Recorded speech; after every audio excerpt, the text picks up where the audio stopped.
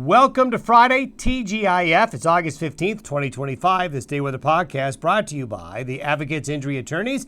If you've been injured in an accident, don't face it alone. Get an experienced local Wyoming attorney on your side. Free consultations at wyomingadvocates.com or call 307-800-1952.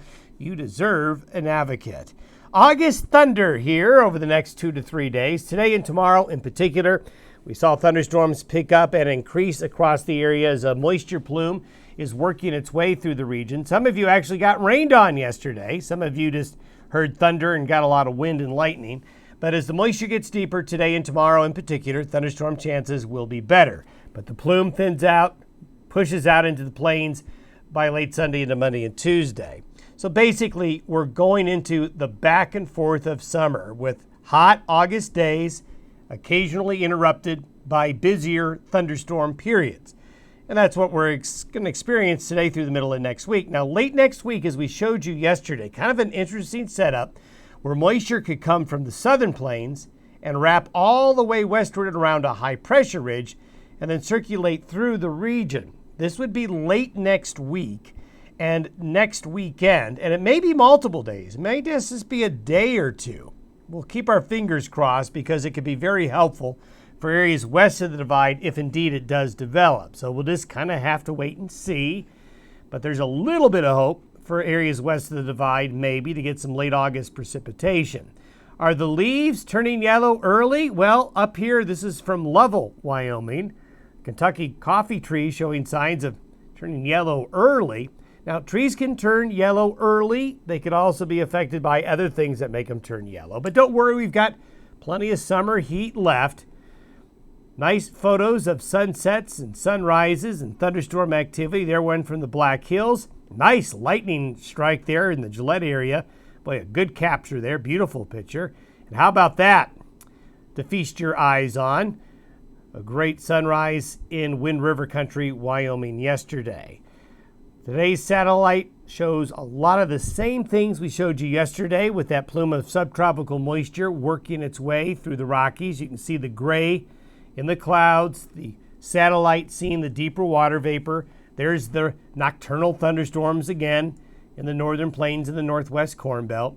So the moisture's in place today and tomorrow, but you can see the drier air. You can basically see the rhythm of summer. As we've gone through the summer, you see these plumes, dry air, a plume, dry air. We just kind of go back and forth. The subtropical moisture is pretty impressive today. As you can see, the darker green here getting into portions of Wyoming, Colorado, and Utah. This could lead to, hopefully, better rain-producing thunderstorms. And it will. It's one of these situations where when you get these thunderstorms, some of you get lucky. Some of you just sit on your front porch and you see the thunderstorms go by and you feel disappointed. But odds are fairly good that today and tomorrow, these green areas in the deeper moisture will see some afternoon and evening thunderstorms that will develop across the region. That's where we're going to be today. The risk for the stronger storms will be where it's been all week, across the northern plains, the northwest Corn Belt, but see the darker green getting back, pushing a little bit further westward today.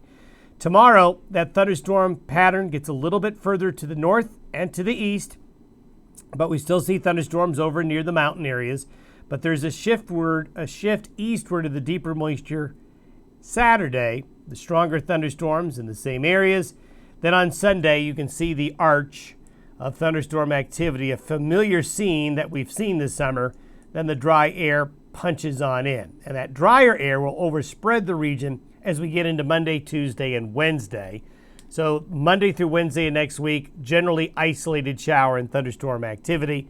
And that's where the thunderstorms are going to be late this weekend on Sunday.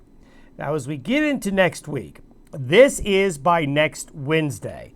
We have this strong high building right around and near the Four Corners area. So this will bring in not only dry air, but plenty of August hotness. It's going to be very warm late this weekend and early next week in the Rockies. Maybe some of the warmest temperatures of the summer here at the tail end of summer. This is going to be Hurricane Aaron. We'll talk about that here in a moment.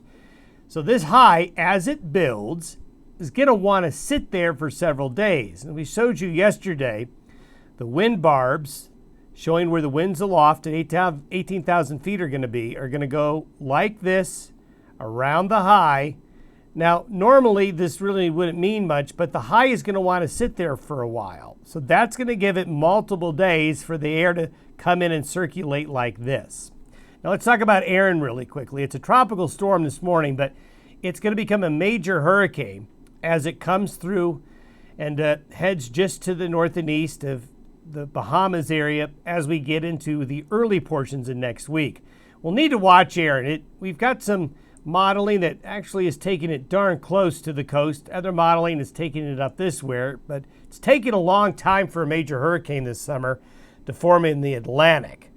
And we'll likely see more activity later on. So that'll be something to keep an eye on next week. But as we showed you yesterday, the humidities and the moisture really increases across the west, even west of the Continental Divide, beginning late next week. So this graphic starts on Wednesday of next week. And you can see Wednesday, we start to see that moisture come in. Then if you look at Utah, western Colorado, Wyoming, back into the Great Basin, even into California there's the deeper moisture around. It's there for a week. So hopefully that will mean better chances for areas both sides of the divide, and especially the western slope, to get rain-producing thunderstorms. So places like the Uinta Basin, the western areas of Colorado, especially where we've got the large fires burning in Utah, Colorado, and Arizona, maybe there's relief coming. Now, it's not necessarily short-term relief. It's going to be a week or better before it comes in, but this is probably, I think, the best chance I've seen this summer of rain getting west of the Continental Divide. It's a different pattern that we've seen this summer, so it's different, and that's going to help. We talked about why the monsoon was the no-soon this summer west of the Continental Divide. Well, the pattern that caused that is not in place as we get into next week and into the beginnings of the week after that. So we'll keep our fingers crossed and we'll monitor that for you Western Slope folks as we get into next week. And you can see this is a long look. This is a week from now. But you can see the density of thunderstorm activity is pretty good about a week from today or so if that moisture comes around the high like that.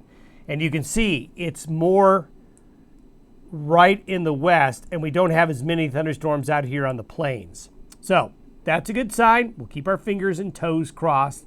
Later in August, right at the end of the month, starting to see the cold fronts starting to show up again. This is for August 28th. That's pretty far down the road, but hey, before you know it, everyone's going to be asking me about Labor Day weekend. But we're not going to talk about that just yet. Have a good weekend.